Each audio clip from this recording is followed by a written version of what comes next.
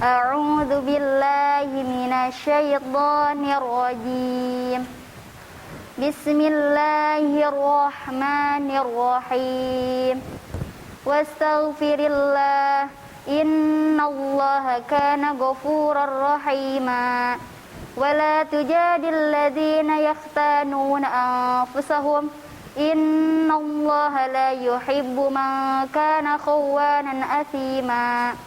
Sadaqallahul azim. Baik, perkenalkan, nama ana Siti Sofia Nasriah, ana alumni Al Inayah angkatan ke-21, lulus tahun 2019. Tips cara menghafal Al-Quran. Cara menghafal Al-Quran itu kan ada satu halaman itu ayat yang panjang, sama ada yang ayat-ayat yang pendek. Nah, cara menghafal Al-Quran ayat-ayat yang panjang itu misalkan nih, dalam satu halaman ini, misalkan di halaman 96, satu halaman ini, kelihatan nggak ya? Nah, satu halaman ini bisa dibagi 2 atau bagi 3. Nah, kalau misalkan bagian 1, misalkan bagian 1 sampai 4 ayat. Nah, setelah kita ulang-ulang ayat 1, udah hafal, kemudian ayat 2, ayat 3, ayat 4, diulang-ulang sampai hafal, lancar. Kemudian kita lanjut ke ayat berikutnya, bagian kedua. Wa may ya'mal su'an. Dilanjut. Bagian kedua ini sampai hafal, kemudian kita gabung lagi ke ayat bagian 1. Nah, setelah kita ulang-ulang sampai hafal benar-benar di luar kepala, baru kita bisa setoran ke ustadzahnya. Nah, apabila kalian kalau menghafal Al-Quran yang ayat-ayatnya yang pendek-pendek nih, bisa pakai metode jari.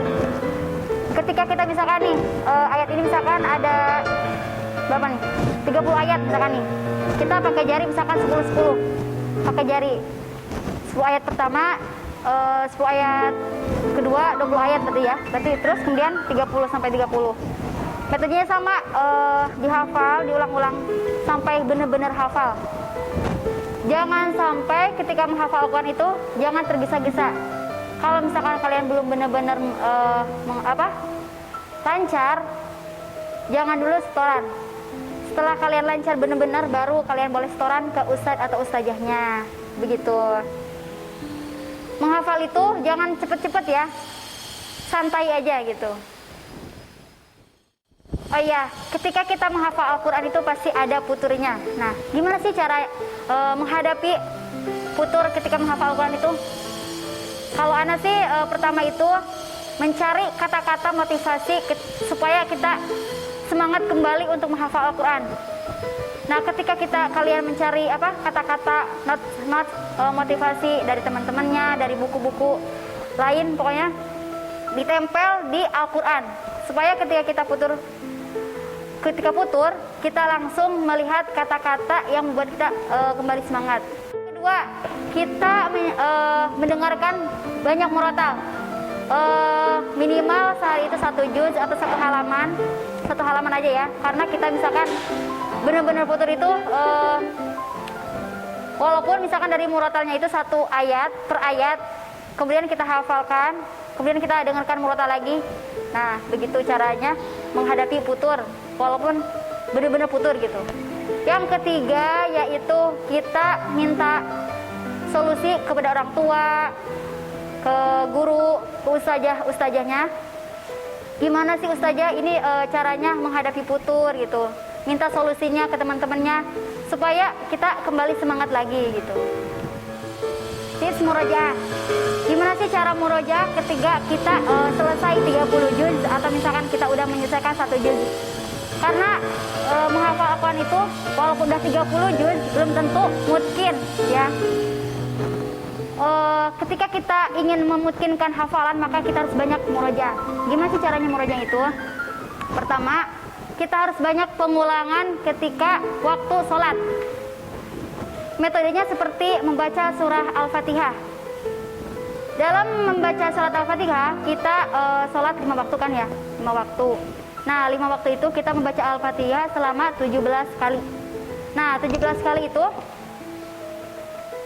kita benar-benar hafal di luar kepala kan Al-Fatihah itu.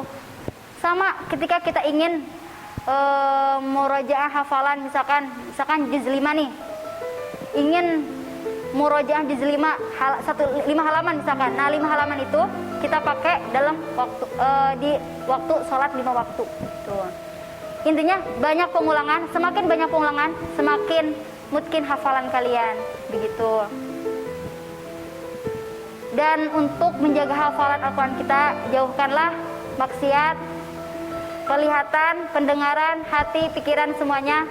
Karena menghafal Quran itu, murojaah itu, menjaga itu benar-benar harus, kita tuh harus jernih, bersih hati kita semuanya dari semuanya. Karena makanya itu kita harus memilih lingkungan yang baik, benar-benar baik untuk kita.